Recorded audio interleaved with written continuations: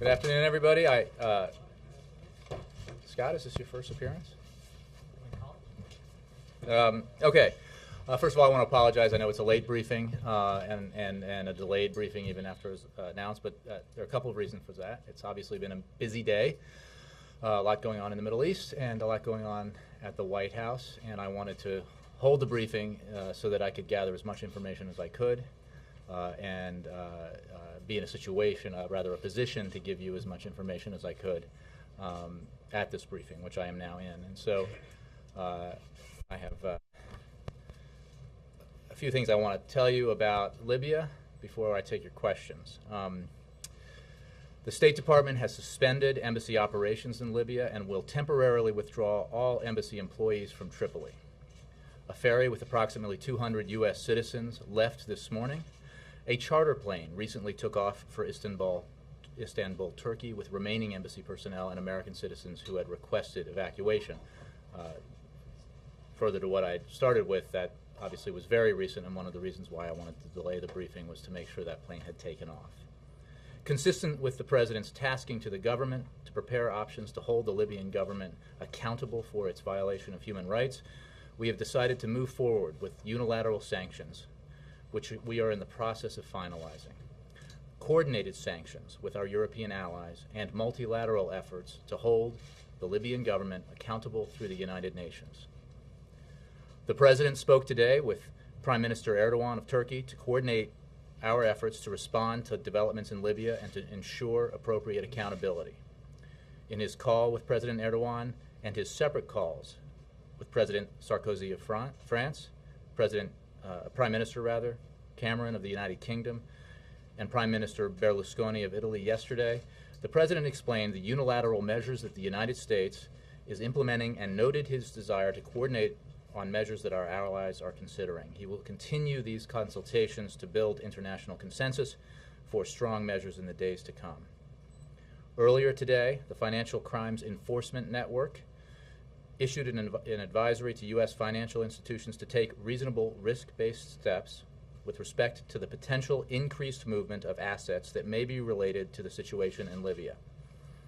During this period of uncertainty, FinCEN is reminding U.S. financial institutions of their requirement to apply enhanced scrutiny for private banking accounts held by or on behalf of senior foreign political figures, and to monitor transactions that could potentially represent misappropriated or diverted state assets, proceeds of bribery or other illegal payments, or other public corruption proceeds. Additionally, the United States has suspended the very limited military cooperation it had with Libya. The U.S. military began to cautiously re-engage with Libya, as you know, in 2009, following Libya's decision to halt its weapons of mass destruction programs and compensate victims of terrorism. Prior to the recent unrest, sales of spare military parts were pending. They have been frozen. Bilateral military events that were in the planning phases have also been frozen. The United Nations Human Rights Council held an emergency session today in Geneva where it adopted by consensus a resolution that condemned the gross and systematic human rights abuses now being committed by the government of Libya, established an international commission of inquiry to investigate these abuses, and recommended accountability measures for those responsible, and also recommended that the UN General Assembly suspend Libya's membership on the Council. The United States strongly supports these efforts and is already closely working with our international partners to carry out this suspension, which will be acted on by the General Assembly early next week. In addition, as the President announced earlier this week, Secretary Clinton will travel to Geneva on Monday to speak at the Human Rights Council and to discuss with her international counterparts further measures on Libya as well as events in the broader Middle East. On Monday, the President will meet with UN Secretary General Ban Ki-moon in Washington and will discuss the diplomatic, legal, and other actions needed to put a stop to violence against civilians in Libya. He will also discuss the range of activities that UN agencies and the international community can undertake to address the significant humanitarian needs created by this crisis. The United States is involved in ongoing negotiations today at the UNSC, the UN Security Council, on a resolution that could include a weapons embargo, individual sanctions against key Libyan officials, and an asset freeze. Finally, the United States is utilizing the full extent of its intelligence capabilities to monitor the Gaddafi regime's actions, and we are particularly vigilant for evidence of further violence or atrocities committed against the Libyan people. With that, I'd like to take your questions. Ben. Thanks, Jay. Obviously a lot there. Let me go back to what you said at the top about unilateral and multilateral sanctions. Can you just describe them a bit more? What are we talking about here when you mean sanctions? Ben, we're finalizing the sanctions that we will pursue. Rather than enumerate them, I can tell you that they will be finalized soon, and you will know specifically what we're going to do. I think the universe of effective sanctions is pretty well known, the kinds of things that we're considering. So, a lot of that has been discussed, but I don't want to specify which ones now because we're still just finalizing those, and we'll get them to you soon. Finalizing today or in the coming days? Or in the near future. Can you explain what gives the United States confidence that sanctions work against someone like Gaddafi and his regime? We are initiating a series of steps at the unilateral level and the multilateral level to pressure the regime in Libya to stop killing its own people. This is a first step, and obviously we continue to review our options going forward, and the steps that we take in the near future are not the only steps we're prepared to take if other steps are necessary. Gaddafi today, or in the last few hours, was calling on his followers to continue fighting protesters. Militias that were loyal to him were still gunning down protesters. So I guess I'm wondering, as these things unfold, how is it that sanctions, as you see it, directly can affect that kind of inciting of his people to continue to kill? Sanctions, targeted sanctions that affect the senior political leadership of a regime like Libya have been shown to have an effect. We are also, as I mentioned, pursuing actions that will ensure that the perpetrators of violations of human rights are held accountable. And there is certainly a history of those kinds of perpetrators being held accountable in the international community. And again, we will take these substantial actions and leave other potential actions on the table and evaluate as we go. Thanks. Jay, thanks. Yes. At the top you mentioned the U.S. Embassy in Tripoli has been withdrawn. Is that right? Have you evacuated? It has been shuttered. Okay. The power of sanctions to stop violence immediately is pretty weak. What other steps, more forceful steps, could you take? How quickly could they come? Would more steps have to wait until Secretary Clinton goes to Geneva on Monday, for instance? Well, let me just say that there has never been a time when this much has been done this quickly. The United States has acted in concert with our international partners and with great deliberation and haste. I know that in the past few days it's sometimes been frustrating when you've been able to question American officials about what we're doing and maybe haven't gotten all the answers you want. I discussed this with the President just a few hours ago, or an hour ago. The focus that he has is on our obligation to the security of American citizens and also getting the policy right. And I can assure you that those have been the guiding principles as we've proceeded over the course of the last week. Just to follow, there's been reports that opponents of Gaddafi have taken control of some parts of Tripoli.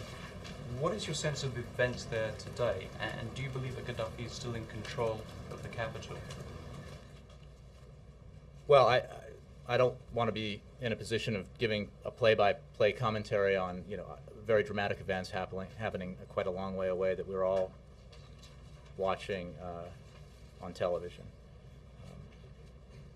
What I can say is that it's clear that Colonel Gaddafi has lost the confidence of his people.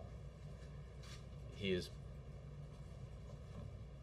overseeing the brutal treatment of his people, the fatal violence against his own people, and his legitimacy has been reduced to zero in the eyes of his people. So that's what I'll say about him. Just one more thing. Does the President agree with French President Sarkozy that Gaddafi must leave?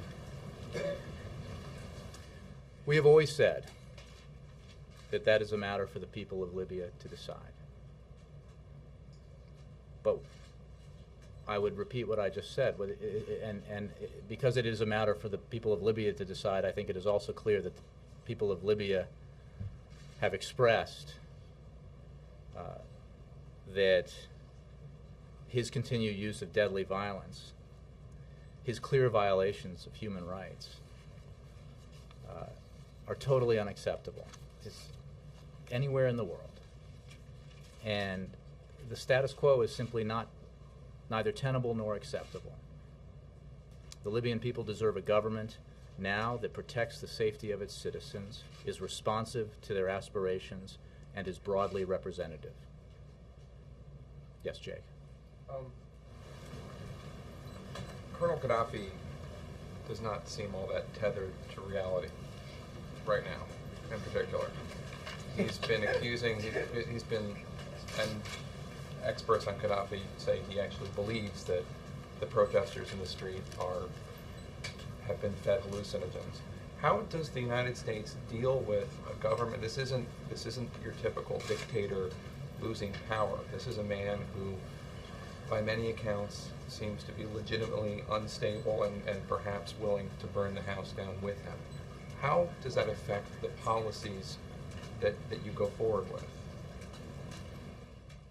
Well, Jake, we make our policy decisions based on some key principles, as you know, that I've enunciated, the President has enunciated, and others. And we evaluate the circumstances in this case, Libya. It's not about personalities. It's about the expression of the peaceful expression of the dissatisfaction of the people of Libya with their leadership, and we support them in their and their aspirations. But the actions we are taking, I think, in many ways answer your question. We are acting unilaterally and multilaterally in a way that we believe needs to be done to put pressure on the regime to cease this horrendous activity. I understand that the decisions about the Libyan future and the Libyan government should be made by the Libyan people, but what's the end game here? How do you see this ending? In the best case scenario. The best case scenario for any state in the region of the world is a government that treats its people well, that is responsive to the aspirations of its people, that includes its people in the political process in a democratic way, and that is a peaceful, responsible neighbor in its region of the world and in the international community. I mean, that's the. How about in this actual situation? I'm not going to plan out or predict for you the day-by-day progression towards that goal, which I believe is the goal that the Libyan people hold, as do we. This is obviously still a very, very fluid and dangerous situation in Libya, and a very fluid situation in the region. But the goal is very clear. Last question. You mentioned that American intelligence was going to be working on this. Could you elaborate at all on that? No, I can't elaborate, but what I can say is that the United States is committed to utilizing the full extent of its capabilities to monitor the Gaddafi regime's behavior, to ensure that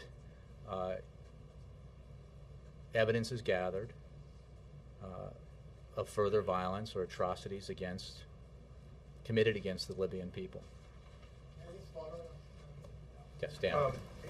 Now, I know that the administration, the president in particular, has been hesitant to mention Gaddafi's name. There was a lot of concern about Americans still on the ground, potentially being held hostage. So now that it appears that most of the Americans who wanted to get out have gotten out, can we expect stronger language now from the president, perhaps calling him out by name?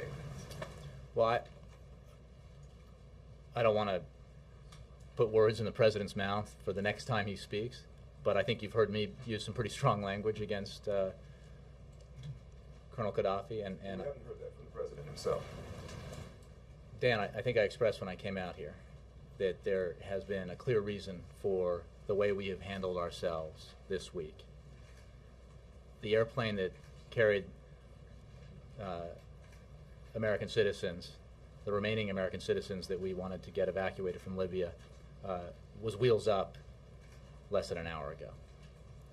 So I would just say that your analysis of the situation is fairly accurate, and it's been all of a half an hour or so since those American citizens were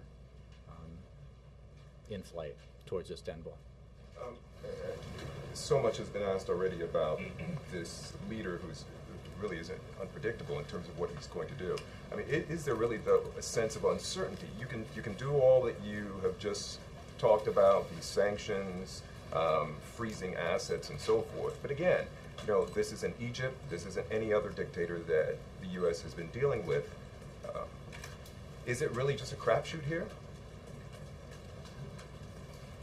I've said and others have said that each country is different. Each situation that we have encountered in the region in the past number of weeks has been different. And Libya is fairly distinct in a number of ways. What we can do, guided by the principles we've discussed, is pursue a policy that protects American citizens, reflects our fundamental belief that the people of Libya deserve a government that treats them well, doesn't kill them indiscriminately, that is responsive to their needs and reflects their aspirations and allows them to participate in a democratic process. We can also take actions that some of which I've discussed from here, and specifics of some of the specifics of which you will hear later, that we believe can put more pressure on the Libyan regime, can hold it accountable, can isolate it in order to get it to change its behavior. Jim. Jay, do we expect to hear from the president on this at some point? I don't have any announcements about the next time the president will address this. What exactly is he doing? Is he going to be making more calls? What is his role in the coming days as this Well, is all implemented? I think I read out to you the series of calls to foreign leaders specifically on this issue that he has made. I'm sure there will be more going forward. He's obviously constantly being briefed by his national security team, Tom Donilon, the National Security Advisor. There was a Principals Committee meeting that lasted 2 hours or so in the Situation Room earlier today that ended not that long ago. Again, one of the reasons why I wanted to wait for that to end before I came out here. So his participation is robust. Sanctions take a while not only to feel the effect, but also to take effect. What is the timeline here for these sanctions to actually go into effect, and then for them actually? The mechanics of the sanctions, which actually haven't been finalized, I'll leave to others to describe once they've been finalized. But understand that as we reviewed the options available to us, we had a great interest in pursuing those that could be implemented quickly. And again, without putting specific timelines on implementation, some of the things that we're considering doing are the things that we can move most quickly on. When you say quickly, and I know you can't put a specific timeline, or what are we talking, days or are we talking weeks? Again, it's there are a range of things that we're able to do. The specifics you'll be hearing about in the near future, and there are timelines about in terms of how things are implemented that I can't characterize. Okay, I know I'm beating a dead horse here, but when you say near future, do you mean next week sometime? Sooner than that. Chip. Oh, okay, over the weekend I'm perhaps? not going to get more specific. Can I ask you one last question? When Or you you can obviously wear them down. when you How about Before Friday at 8:30 p.m. 6:30 p.m.? when there were discussions going on back there about being careful to say things while there were still Americans who wanted to get out on the ground, were there discussions of fears of what happened 30 years ago, I think it was 30 years ago, in Iran? Were there specific discussions about the Iranian hostage crisis and saying that's exactly what we want to avoid? Not that I'm aware of at all, Chip. There weren't historical references that I'm aware of. I want to be clear about this, that the president, in order to focus on his priorities of getting the policy right, protecting American citizens, the obligation that we all have here and that he has ahead of all of us, was certainly willing to take a few days of consternation in the press in order to get it right. And I'm not saying that, I mean, this is still a fluid situation. Obviously, the situation in Libya remains dangerous and unresolved, as it does the situation in the whole region remains unresolved in different ways. But, you know, all I would say is I would encourage everyone to remember as these events unfold and we deal with them, that the goals we have are peaceful reactions to peaceful demonstrations, respect for the universal rights of the peoples of these countries where there are demonstrations and their aspirations, and reform, responsiveness from the governments that will lead to greater stability, greater prosperity, we believe. And that is, in the end, very good for the people in the region, for the peoples of these countries, and very good for the United States of America. And that's what we're focused on. That's what the president is focused on. Yes, Wendell. Does the U.S. have any contact with members of the Libyan opposition? I'm not aware of the discussions that we may be having with different folks in Libya. Earlier this week, P.J. Crowley at State said that we had tried for a couple of days to get the ferry into port before the weather stuck it there for a while, and it was unclear whether we'd been unable to get it in because of chaos or whether the Libyan government actually opposed or frustrated our attempts to get it in. Have we determined yet what the holdup was? Wendell, on the operation that was designed to evacuate American citizens and embassy personnel, I would refer you to the State Department. I can say that the very important thing is that ferry did depart, and as did the airplane that left a little later, not long ago. The reason I ask is because other countries were able to get to evacuate citizens earlier, and I wondered whether the Libyans actually frustrated our attempts. I would refer you to the State Department on that operation. On another matter, will the president, in light of his 2007 comments, walk a picket line in Wisconsin? You know, what I said, Wendell, yesterday, I think holds true today, which the president has a variety of ways to communicate his views on various matters, including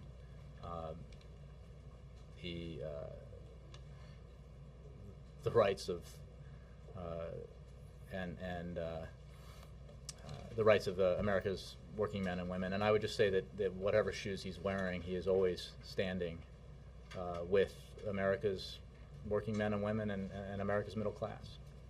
And on union rights, do public sector unions and private sector unions have different rights and responsibilities? I'm not sure what you're asking exactly. I'm asking if, because private sector unions ultimately are competing with, if you will, not competing with, but negotiating with board members, and because public sector unions are ultimately negotiating with taxpayers, do they have different responsibilities and rights? What we have said and what the President has said is that with regard to what's happening in the states now, as the states address their fiscal situations, everybody needs to tighten their belts. Everybody needs to sacrifice and work together to bring state budgets into balance, to bring stability to the fiscal situations in the states, much as we need to work together at the federal level. And that's our position. John. Jay, first, anything that Congress has to pass on these sanctions, have you guys figured that out yet? You need Not that I'm aware congressional of. action? All this can be done with executive orders. I believe that's true, but if it's not, we will get back to you. Have you done any consulting with Capitol Hill yet or not yet? I have to take that. Second, given that the issue of American citizens being in Libya sort of tied the hands of what you could say today versus what you said yesterday and all of these things, have you learned some lessons from this? Are you dealing differently in places like Bahrain and Yemen and Jordan? Are any warnings have been given? Here's Libya in the middle of Egypt and Tunisia, and we waited until, I believe, February 20th is the first time even a suggestion was made for American citizens to start thinking about getting out.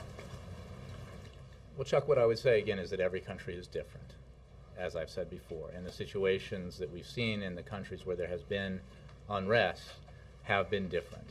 And we are always evaluating the actions we take, and, if you will, doing after-action analyses of the actions we take. But this is obviously ongoing. What I would say is that one of the lessons we have taken from this is that we need to focus on our core priorities, not on the understandable desire at different points along the way to express how we feel in a way that could sometimes be counterproductive to our long-term goals of the policies that we need to pursue, or to the safety and of American citizens. Is there a review going on right now? Not that I'm aware of. Chuck, this is, No, I there's a understand great that, deal. given what happened in Sure. Libya, in the situation where basically you guys couldn't announce these things today until you knew that airplane was wheels up. Chuck, Is that why let me this? just- That's why you let me waited. point. So Well, when you did, again, correct? there are a variety of reasons why things have unfolded the way they have. I would also remind you of what I said before, that this has been a very rapid effort to work with our international partners to analyze and select the options that we want to take. And I know we live in a world where a great deal is happening all at once, and where much of it is being witnessed live on television, and that creates an understandable demand for urgency. But I can say, again, if you look at the history of how these things are handled, there has been great haste in moving to the point where we are today. Going to this intelligence, the intelligence assets that you were saying, and I know this is beyond CIA, so it's every part of the American intelligence community, whether it's the defense parts of the Air Force intelligence, Army intelligence, Defense Department. I mean, not just. I mean, can you at least elaborate on what parts of the intelligence community? The full extent. The full extent. The full And is it extent. just observational? That's all I'm going to say about it. The point is that we intend to participate with our international partners in an effort to hold accountable those who have committed atrocities and human rights abuses. May I just follow Hey, Helene, how are you? I'm good. How are you, Jay? Since sanctions, by their very nature, take so long to go into effect, whether they're multilateral or bilateral, what sort of steps are you taking that are immediate right now beyond shuttering the embassy that could influence Colonel Gaddafi? Are there messages that we're relaying to him? Are there... Well, again, I think without getting ahead of the specifics, the announcement of the specific sanctions, the things that we are pursuing, timelines are different depending on the action that's being taken. In terms of communicating to the regime, I think that the expression of what we are doing, both as one country and collectively with our international partners, is very clear and loud. We are talking about the isolation of this regime and the and isolating of this regime and the taking of measures that put, we hope, the kind of pressure on it that needs to be put on it in order to get it to stop behaving the way it's been behaving, which has delegitimized it in the eyes of the Libyan people and the world. So I think that message is, I think, being delivered and heard. Scott. Is to follow. So, is the intention of the sanctions to punish this government for what it's already done, or to help push it from power? The intent of the sanctions, actually, the answer is neither. The intent of the sanctions is to make it clear that the regime has to stop its abuses. It has to stop the bloodshed. The determination about who should govern Libya has to be made and will be made by the Libyan people. As I have made clear from here, it is clear to us, and we believe to the Libyan people and to the world at large, that the Gaddafi regime, Colonel Gaddafi himself, has lost the confidence of his people, and it is for them to decide who should lead. I'm sorry, just quickly. It sounds like they have decided, right? I mean, in your eyes, it said that legitimacy of Gaddafi's government is zero in their eyes. Given that they're facing a well-armed government with little conscience, isn't there more that the United States can do to support those aspirations? Again, Scott, I think I've made clear that the options, the actions we will be taking, we have taken already, and we will take in the near future, are not the end point for us. We will be constantly reviewing the options that we have that are available to us, and certainly leave open the possibility of taking further action as necessary. Yes. Yeah. Jay, I was wondering, just to clarify, do we know that all Americans are now out with that last chartered flight? Are there any left that you know of? I would refer you to the State Department on that. I don't want to state with any sort of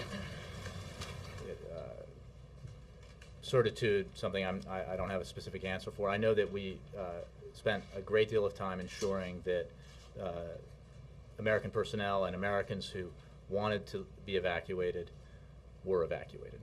And you mentioned the Situation Room meeting a few hours ago with principals and stuff. Is there any contemplation of a U.S. military role at some point? I think I would just refer you to what I've said, which is we are not, the actions we are taking, which I elaborated on in my reading time at the beginning of this briefing, are pretty detailed, and those are the things we're going to be doing in the near term, but we are not removing options off the table at this point. Yeah. Mr. Nicholas. Jay, thank you. Has there been an evolution in this administration's foreign policy posture over the last few years from one of valuing stability in the Middle East to maybe moving in a more pro-democratic direction, favoring meeting aspirations and human rights? When we look at what the President said at the UN General Assembly last fall and what the Secretary of State Clinton said at Doha, talking about regimes falling into the sand, slipping into the sand, has there been sort of a pro-democratic tilt or shift in the President's policy since he took office? Peter, I would point you to the speech the President made in Cairo, which spoke very clearly about his view on the universal rights of the people of the world, including of the peoples in that region, and the need for the countries in that region to listen to the aspirations of their people and to act accordingly in terms of bringing reforms about, precisely because stability is important. Not precisely because, but because the aspirations of the people need to be heard and listened to and respected. These are not conflicting goals, in his view. And so I think there's been great consistency in his view. One thing we've also made clear, that he has made clear, is that these movements that we've seen have been true grassroots movements where the voices of the people of these countries have been heard. And it's important that that be seen to be the case for their success, because it's important that the people of the countries own the process. And that is one of the goals we have as we navigate our way through these very historic times that we're in. Let me get somebody I haven't. Yes. Yeah. No, I'm sorry. Nadia, sorry. Thank you. Just going to follow up on Scott's question. You talk about isolation. Why would the regime, if it's fighting a battle of survival, would care about any measures that you're going to take, whether it's going to take weeks or even days? Because many people don't expect the Gaddafi regime to survive even by next week. So for him, any measure is not going to moderate his behavior, because it's a matter of life or death for him. Well, again, I'm not going to speak for or predict how the regime will behave. I know that we are taking the kinds of actions that we can, both unilaterally and with our international partners, to influence his behavior, the regime's behavior, to isolate the regime, and to hold it accountable. Yes. Thank you, Jay. We noticed there was a call to the Bahraini Crown Prince, and there was a statement as well applauding the Algerians for lifting the emergency law. What is the president trying to say to these leaders? Is he trying to salvage their chances of staying in power, or tell them to get their act together because they're going to be next? The president's message in these conversations, and the message that has been carried by other American officials in conversations, similar ones, has been the same. And it goes back to the principles we've enunciated, which is reform is necessary. Responsiveness to the aspirations of the people is necessary. And so when steps are taken that are in that direction, we have acknowledged that as positive. But it is not, in any case, about picking the leaders or deciding who should be in power. That is up to the people of the region and of the countries. Yes. And one more on Libya. You said you're gathering information and evidence about crimes against humanity in Libya. Would the United States support the British proposal of asking the International Criminal Court of issuing an indictment against Libyan officials for crimes against humanity? I think what let me find it here that I mentioned at the top. We obviously are interested in holding accountable those who perpetrated human rights violations and atrocities in Libya, and sorry, I'm getting a little. I want to make sure I have the right name for this process.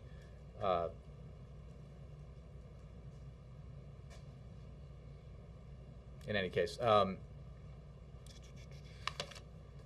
lost in paper here. But the answer is, without getting specifics about the procedures, the steps we are taking, the steps we support, are clearly designed to work with the international community to make sure there is accountability. Yes, I'm sorry. Yeah, you. Yep. Oh, thank you, Mike. Mike, right. So you've made it clear that you don't believe it's appropriate for the U.S. government to dictate the outcome and to actually call for Muammar Gaddafi's removal from office. But let's say somehow he is able to hold on and the protests fade. Is he somebody the government could think about doing business with in the future? Would you be willing to normalize relationships? Would you be willing to staff that embassy again? Mike, I want to make sure you heard what I said. It is very clear that Colonel Gaddafi has lost the confidence of the Libyan people, and we have always said that it is up to the Libyan people to decide who their leaders should be. His continued use of deadly violence against his own people and clear violations of human rights are totally unacceptable anywhere in the world. The status quo is neither tenable nor acceptable. And the Libyan people deserve a government now that protects their safety, is responsive to their aspirations, and is broadly representative. Again, it's not about personalities for us. It is about principles, and in the end, it is about respecting the desires and aspirations of the people of Libya and of the other countries that have been affected by this unrest. Yes, I'm sorry, with the glasses, sir. Hi, thank you, Jay. The President's determination earlier in the week that sexual orientation classifications lead to heightened scrutiny led him to determine that Section 3 of DOMA was unconstitutional. In that letter that Attorney General sent to Speaker Boehner, he said that pursuant to the President's instructions, this would be applied in other cases, which yesterday was applied to 2 cases in the Second Circuit. My question is, did the President give any instructions to the Justice Department regarding his view of the constitutionality of the status of Don't Ask, Don't Tell, the appeal of which in Log Cabin Republicans is due today? As you mentioned, the appeal is due today. We have to wait for that final brief. But did the President give any instructions? Not that I'm aware of. Yeah, as you know, we are very supportive of and glad that Congress repealed Don't Ask, Don't Tell, Don't Ask, Don't Tell, and we are monitoring and glad that the process is proceeding smoothly and efficiently the process of repeal. But on the brief and the President's instructions, I don't have anything for you. Well, what you had said regarding the DOMA briefs was that the deadline had forced the administration's hand. Has the administration in any way reacted to today's deadline? Well, I think that, as you've said, the Department of Justice is going to file a final brief, and we will see what that says. But we expect the brief to say the following: number one, reiterating that the court should not decide the case or the constitutional question due to the pending repeal, which should be effective in a matter of months. As I said, the repeal is proceeding smoothly and efficiently. Our goal was to have it repealed. It has been repealed, and that process of the repeal is now proceeding efficiently and smoothly, which is a good thing. So the President has not said that he Again, believes I that think Don't I've Ask, said, Don't Tell is unconstitutional. not that I know of, no. Yes, ma'am. Yes, Victoria. Yes, Jay, Victoria. there are now violent spreading demonstrations in Iraq. How is the U.S. government coordinating with the Iraqi government to respond to those demonstrations? And what is the level of concern that if these demonstrations are ongoing, that could affect U.S. troop levels?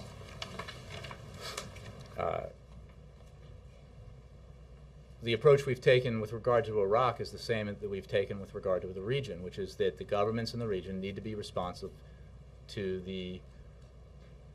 and listen to the voices of their people, and to respond to demonstrations in a peaceful manner. We remain very much on track as regards our policy of drawing down our forces, and certainly see no reason with regard to your question for that policy to be in any way affected. Are we involved in any way in the response to the demonstrations in Iraq? In what way? I mean, we obviously have a embassy there that works with and consults with the government, and we have military presence there that now serves in an assist posture, advise and assist posture, but nothing exceptional that I'm aware of. Jay. Jonathan. It's sort of 2 questions, but it's the same question really. Prior to the decision of this administration to impose sanctions, the administration reach out to other governments in the region like Saudi Arabia or Jordan before that? And what reactions would they be giving? I don't have anything for you on conversations like that. I think we've read out the president's calls, but yeah. Follow up on my own question. Sorry. The president, was that somebody else's? The president spoke with allies, obviously the prime minister and Berlusconi, et cetera, Sarkozy. Was there any discussions of a unified multilateral approach to these emerging governments that are coming out almost week by week in terms of an overall aspect here? Emerging governments. Well, Libya and Egypt and Bahrain, there's the changes in terms of how they would approach these new entities, basically. Not that I know of in that regard. I mean, the discussion has been focused on, principally, yes. The phone calls that I mentioned at the top have been focused on Libya. Jonathan. Thank you. The British sent a warship, the HMS Cumberland, to help with the evacuation of British citizens from Libya. The United States has a marine amphibious ship, the Kearsarge, in the Red Sea. Is there any thought right now of moving U.S. naval assets to the coast of Libya? And if not, why not show the flag in that way? I would refer you to the Defense Department for how we deploy our forces, and I think when you talked about the British ship, I believe you said to evacuate its people. Well, we have evacuated Americans, and so I'm not sure what the question is getting at. Well, the question is, why has the United States not used military assets to show the flag and to show its possible support for the rebellion in Libya? Well, Jonathan, I would just point you to the steps we are taking and to the fact that we are not taking any options off the table in the future. And I'll leave it at that. And wait, one more. The NAC. The United States. Did the United States call the NAC meeting, the North American Council meeting today? I don't know. Sorry. Thanks, guys. On the CR, there are CRs. I'll take one question on that. Yes. Yeah. There are CRs being written both by the Republicans in the House and the Democrats in the Senate, which would be 2 to 4 weeks, which include cuts that the President proposed for his FY 2011 budget. Would he accept either of those CRs? They'd be short enough, so it'd be about $4 billion in cuts. We are glad that the leaders of Congress are working on this issue. We have said that the process is on Capitol Hill. The House has passed something. The Senate needs to pass something. We continue to believe that all of us agree that a government shutdown would be bad for the economy. It would create a great deal of uncertainty and potential instability, and might have a negative impact on the economy, as well as specific impacts that wouldn't be good. And we believe that a compromise can be reached, but I'm not going to speculate on what position we may or may not hold down the road. I'm not going to, and I'm not going to comment on specific proposals that are ideas that are being thrown out there. We'll let the process. I'm not going to comment on concepts either. Thanks very much.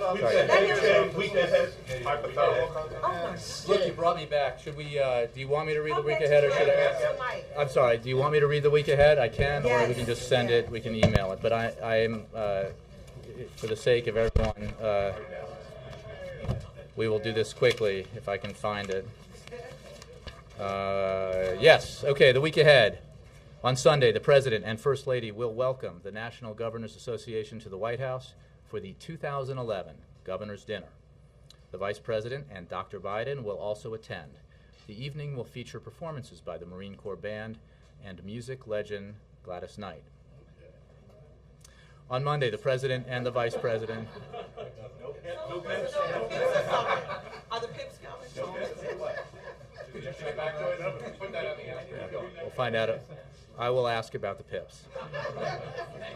On Monday, the President and the Vice President will host a meeting with a bipartisan group of governors at the White House.